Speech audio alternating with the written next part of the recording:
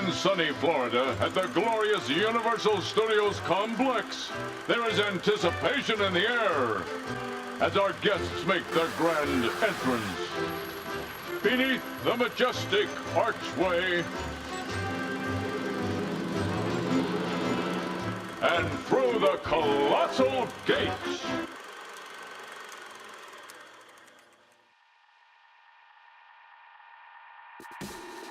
The amusement park industry is giving Universal a golden ticket for its Halloween Horror Nights. Halloween Horror Nights. Be prepared to be scared out of your mind. It's that time of year to be startled, scared, and spooked. Fans of all things frightening and freaky, rejoice. Your favorite time of year is here. Halloween Horror Nights has officially started. It is where your nightmares come to life. I am, of course, the usher of the Universal Palace Theater. Halloween Horror Nights 19, ripped from the silver screen.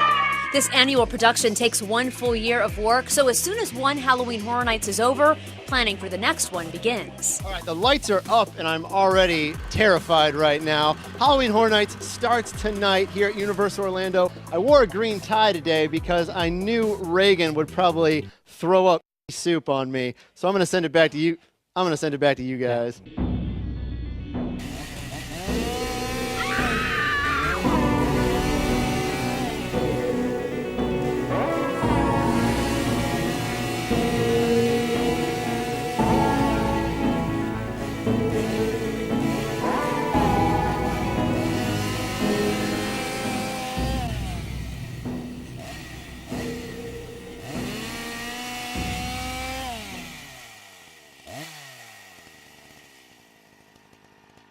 Hello everyone, and welcome to the very first episode of Horror Nights: A History, a series dedicated to exploring the past of Halloween Horror Nights, an event held every fall season at Universal Studios Hollywood and the Universal Orlando Resort, largely regarded as the nation's premier Halloween event. Throughout this series, we'll be delving into the details of each year's event, beginning in 1991 all the way through to the present day. Along the way, we'll examine the differences between Hollywood and Orlando, event icons, and many other things I hope you all enjoy. Thank you so much for giving this video a watch, and without any further ado, let's get started. After witnessing the scale and quality of Knott's Berry Farm's seasonal Halloween attractions as Knott's Scary Farm, Universal would begin working on a way to bring thrills and chills into their own theme park atmosphere in Florida. The year is 1991, and the Universal Orlando Resort as we know it does not exist. Open for a little over a year, Universal Studios Florida at this time is still the sole Universal theme park in the Orlando area. The park's status as a multi-day resort destination would not begin planning until 3 years later, and the opening of the first on-site hotel, as well as the sister park Islands of Adventure, would not happen for another 8 years. On October 22nd of 1991, President of Universal Studios Florida Tom Williams revealed to the world Fright Nights, a limited-time Halloween event that would take place on a few select nights. Also, just a little interlude here, throughout these videos you'll hear the words Halloween, horror, and nights a lot, so just be prepared. Also, event, icon, scare zone, character, and Universal. So just your typical, completely normal Halloween Horror Nights jargon. Anyway, nowadays you can expect Horror Nights to be active for well over 30 nights throughout the months of September, October, and even November. However, back when it first started, Fright Nights was only to be open for 3 nights, specifically October 25th, 26th, and the big one, October 31st. And it couldn't be more different from the Horror Nights that we know and love today. For example, the concept of multiple scare zones had not yet been introduced. Scare zones are aptly named sections of the park that are themed to a particular story element or franchise. They're filled with sets, special effects, and characters, providing atmosphere and another way to get scared and witness performances outside of the main haunted house attractions. Instead, throughout the park were various Fright Nights themed shows that would only run during the event itself, such as Beetlejuice Dead in Concert, freak shows like the Human Impaler, the Human Pincushion and the Cobra Woman, and the Universal Science Band, a musical act consisting of various mad scientists. A few characters were even able to roam the parks, wielding chainsaws in order to send guests running. This would later give rise to the much beloved Chainsaw Drill Team, which returns to the event year after year in some incarnation or another. Making their debut in 1991 would be the concept of icons for Universal's Fright Nights. Icons are known today as the tried and true mascots for Halloween Horror Nights in Orlando and to a much lesser extent Hollywood. Usually accompanied by a backstory that acts as a theme to tie Horror Nights attractions together, the Universal icon lineup includes such faces as the director,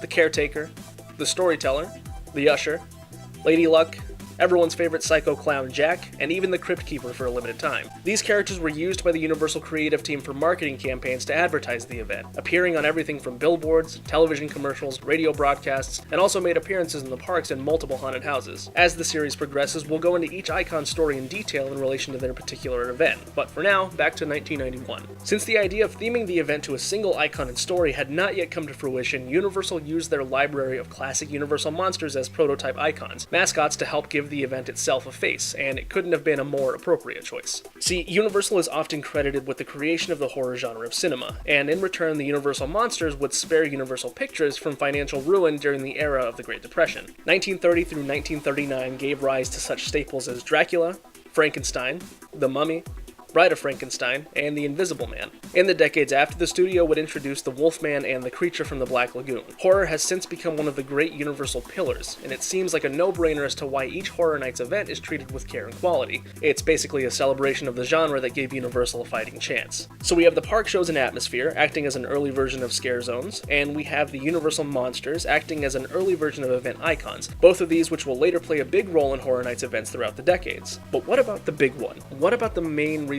guests all over the world visit Horror Nights year after year? What about the houses? A quick interlude here to examine how this video is basically the comparison video between Fright Nights and the present day, but I think it's important to note just how different this event was compared to later ones. I mean, just wait for this next little fact.